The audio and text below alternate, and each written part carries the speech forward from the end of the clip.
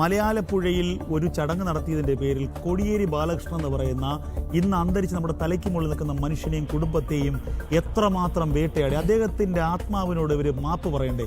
ഈ ഒരു നിലപാട് മാറ്റം വരുമ്പോൾ ഒരു പൂമൂടൽ നടത്തി എന്നതിൻ്റെ പേരിൽ ആ കുടുംബത്തെ വേട്ടയാടിയത് സ്വാഭാവികമായിട്ടും അത് എത്രമാത്രം അദ്ദേഹത്തെ ഒറ്റപ്പെടുത്തി എന്നുള്ളത് മനസ്സിലാക്കേണ്ടതല്ലേ?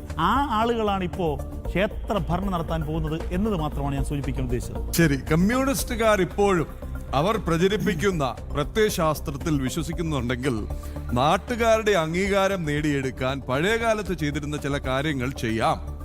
വീടുകളിൽ ഒരു മരണമോ അസുഖമോ കല്യാണമോ അടിയന്തരമോ നടന്നു കഴിഞ്ഞാൽ അവിടെ കൈമേയി മറന്ന് സഹകരിക്കാം. നാട്ടിലൊരാൾക്കൊരു പ്രശ്നം വന്നു കഴിഞ്ഞാൽ അതിൽ സജീവമായി ഇടപെടാം. പണമില്ലാത്ത വീട്ടിലൊരു പ്രശ്നം വന്നു കഴിഞ്ഞാൽ പണം സുരുക്കൂട്ടി അവരെ സഹായിക്കാം.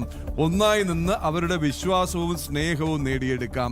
അതല്ലാതെ നിങ്ങളുടെ പാർട്ടി കേന്ദ്ര കമ്മിറ്റി തന്നെ പറഞ്ഞതുപോലെ അഴിമതിയും അഹങ്കാരവും ആഡംബര ജീവിത ശൈലിയും കൈമുതലാക്കി ജനങ്ങളിൽ നിന്ന് അകന്നവർ ക്ഷേത്രം വഴി കയറിപ്പറ്റാൻ ശ്രമിക്കരുത്. ക്ഷേത്രം വിശ്വാസികൾക്കുള്ളതാണ്. ക്ഷേത്രം ആരും ഭരിക്കണ്ട.